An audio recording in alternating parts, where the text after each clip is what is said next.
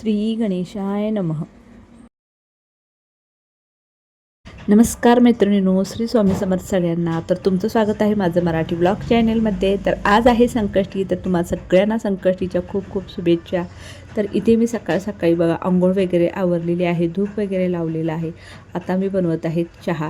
तर तुम्हाला हे चहा दाखवण्याचं कारण म्हणजे मी बहिणीकडून तुम्हाला सांगितलं होतं की गवती चहा आणला आहे, तर ते गवती चहा घालून चहा बनवायचा अजून राहिला होता.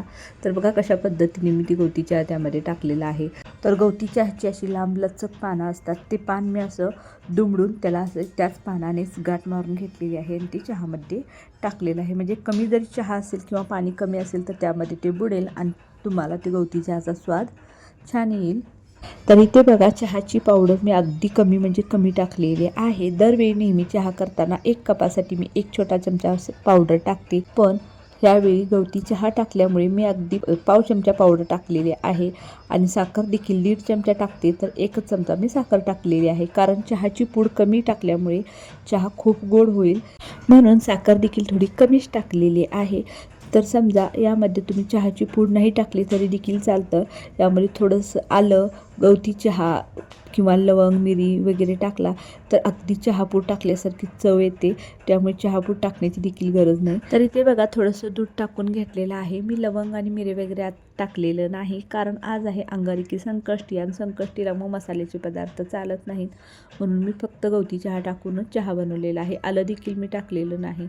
तर आता बघा चहा तयार झालेला आहे, तर मी चहा पिऊन घेते. तर इथे कुकरला बघा डाळ आणि भात लावलेला आहे. तर इथे बघा एक रताळ होतं मागच्या आठवड्यामध्ये आणलेलं, तर एकच शिल्लक राहिलं होतं, तर ते मी उकळून घेतलं आणि ते खिसून देखील घेतलेलं आहे. तर याची मी एक रेसिपी बनवणार आहे, तुम्हाला नक्की आवडेल. तर उपवासासाठी ही रेसिपी बनवणार आहे. तर रताळ किसून झाल्यानंतर हे अर्धी वाटी शाबू मी मिक्सरला लावून घेतले होते, तर ती शाबूची पूड यामध्ये टाकून घ्यायची आहे आणि थोडंसं भाजलेल्या शेंगदाण्याचं कूट टाकलेलं आहे. तसेच त्यामध्ये थोडीशी हिरवी मिरची आणि आलं देखील टाकून घ्यायचं आहे आणि हे सगळं मिक्स करून घ्यायचं. थोडंसं चवीपुरतं मीठ देखील टाकायचं आहे. तुम्हाला हवा असेल तर तुम्ही लाल चटणी टाकू शकता, तर यामध्ये मी हिरवी चटणी टाकलेली आहे, लाल चटणी टाकलेली नाही.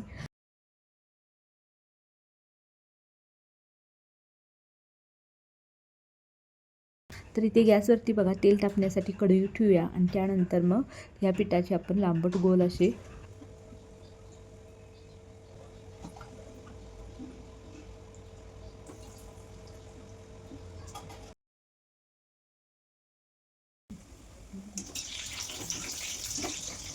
तर बघा हे मस्तपैकी असे गोल्डन आकारावरती वडे म्हणा किंवा पॅटीस म्हणा, काही म्हणू शकता, उपवासाचे वडे, रताळाचे वडे, काही म्हणू शकता तुम्ही. तर खूप छान असे तयार झालेले आहेत. तर आता हे सॉसबरोबर किंवा दहीबरोबर सुद्धा तुम्ही खाऊ शकता. तर बघा कमी साहित्यात आणि कमी वेळेमध्ये किती छान असे वडे तयार झालेले आहेत आपले उपवासाचे. तर आता चला खाऊन घेऊया. तर बघा एक वडा तोडून दाखवते तुम्हाला, आतून देखील खूप छान असे वडे तयार झालेले आहेत. तर खूप छान चवीला देखील लागत होते. तर तुम्ही देखील नक्की करून बघा. त्यानंतर बघा नाश्ता करून झाल्यानंतर फरशी वगैरे सगळं पुसून बाकीचं सगळं घरातलं काम आवरून मी गेले शॉपवरती. तर आता बघा संध्याकाळचे 6:30 वाजलेले आहेत. तर मला घरी येऊन फ्रेश वगैरे होऊन स्वयंपाकाला घालण्यासाठी 7 वाजले आणि आज दुपारी जेवणासाठी आले नव्हते. तर त्यामुळे सकाळचं जेवण सगळं तसं शिल्लक होतं, कारण आईंचा होता आज मंगळवार आणि माझी होती संकष्टी. फक्त मानसनं डब्यातनं जे काही नेलं होता, 1 चपाती आणि भाजी तितकंच. तर बघा संकष्टीसाठी मोदक करणार आहे, त्यामुळे मी इथं खोबरं किसून घेतलेलं आहे आणि ते गॅसवरती ठेवलं. त्याच्यामध्ये अगदी थोडासा मी गूळ टाकणार आहे. तर अशी म्हणजे खूप गडबड असते संध्याकाळची, कारण शॉपमध्ये काम देखील फुल आहे, त्यामुळे यायला वेळ होतो. कारण आता संक्रांत जवळ आली, सण जवळ आले की कामाचा लोड वाढतोच. तर शॉपमधलं काम संपलं असं कधीच होत नाही. तर इथे बघा ही सकाळची आमटी आहे, जशीच्या तशी राहिलेली आहे, कारण हे आले नव्हते जेवायला.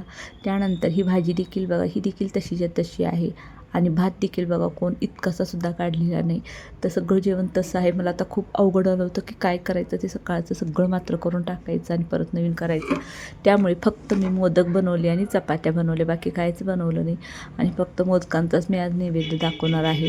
तर बघा मी गॅसवरती गूळ घालून पातीला ठेवलेलं आहे, कारण तोपर्यंत थोडासा गूळ वितळेल आणि मग परत खोबरं किसून त्यामध्ये टाकत आहे, कारण मग खूप वेळसुद्धा नाही लागत अशा पद्धतीने. तर माझं कसं असतं, मी स्वयंपाक करताना अजिबात वेळ वाया घालवत नाही. तर ते गॅसवरती बघा खोबरं आणि गूळ शिजायला ठेवले. ते शिजूपर्यंत मी वेलदोडे सोलून घेते आणि त्याची पूड देखील बनवून घेते. तर आता हे शिजलेलं आहे, मी खाली उतरून ठेवलेलं आहे थंड होण्यासाठी. तर इथं बघा मी पातेल्यातच वेलदोडे चेचून घेत आहे, कारण आता फक्त 3च वेलदोडे कशामध्ये चेचायचे, 3 ते 4.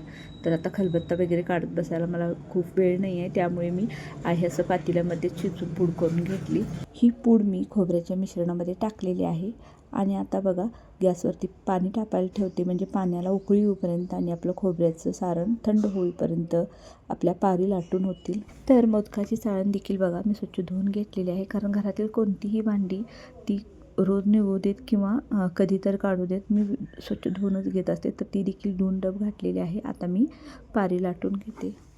तर आमच्याकडे बघा असे गव्हाच्या पिठाचेच मोदक बनवले जातात. तांदळाच्या पिठाचे वगैरे मी कधीतरच असं बनवते, पण शक्यतो गव्हाच्या पिठाचेच बनवले जातात. त्यासाठी बघा मी अशी मोठीच्या मोठी अशी चपाती लाटून घेतलेली आहे.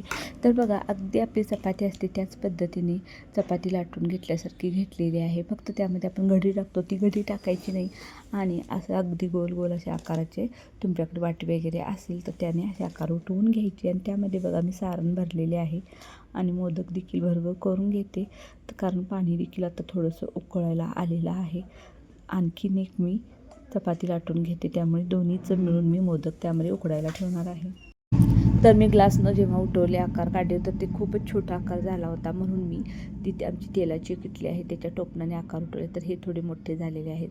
तर आता हे मोदक मी भरून घेते आणि उकडायला ठेवून देते. तर हे मोदक उकडूपर्यंत बाकीचे देखील मोदक तयार करून होतील. तर माझे मोदक आता तयार करून झालेले आहेत आणि जे खोबऱ्याचं सारण ते देखील संपलेलं आहे आणि गव्हाची कणिक शिल्लक राहिलेली आहे.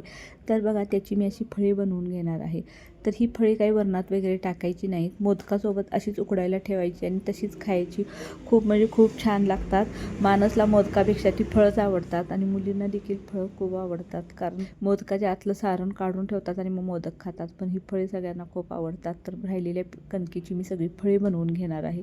तुम्ही देखील अशी फळी कधी तर बनवून बघा. तुमचं जर पीठ शिल्लक राहिलं असेल तर गरम गरम खायला खूप छान लागतात. तर हे बघा मोदक आता शिजलेले आहेत. तर शिजलेले मोदक हे असेच ओतून घ्यायचे, कारण चाळणीला खाली तेल लावल्यामुळे ते लगेच सुटतात. तर इथे बघा बाकीचे मी फळं वगैरे व्यवस्थित ठेवून घेते उकडण्यासाठी. होय मोदक झालाय, खाणार आहे काय? मोदक खायचा आता म्हणाल तसं एक झाला तर दे म्हणून. तू खाणारस मानस? तर बघा माझ्या मी तिथं सांडू नको ह्याच्यावर बेडवर. तर बघा स्वयंपाक झाल्यावर सगळी गॅसची हालत, तर सगळं आता हा पसारा देखील काढून घ्यायचा आहे. गॅस कट्टा वगैरे सगळा स्वच्छ पुसून घ्यायचा. त्यानंतर मग चंद्रोदय होईल, मग देवाची आरती वगैरे करायची आणि त्यानंतर मग जेवायला घ्यायचं.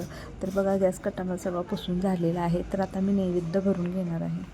तर बघा हे आजचं नैवेद्याचं ताट आहे. तर मी 11 मोदक नैवेद्यासाठी ठेवलेले आहेत. तर व्हिडिओ कसा वाटला मला नक्की कमेंट करून सांगा आणि पूर्ण व्हिडिओ पाहिल्याबद्दल तुमचे मनापासून धन्यवाद. थँक्यू.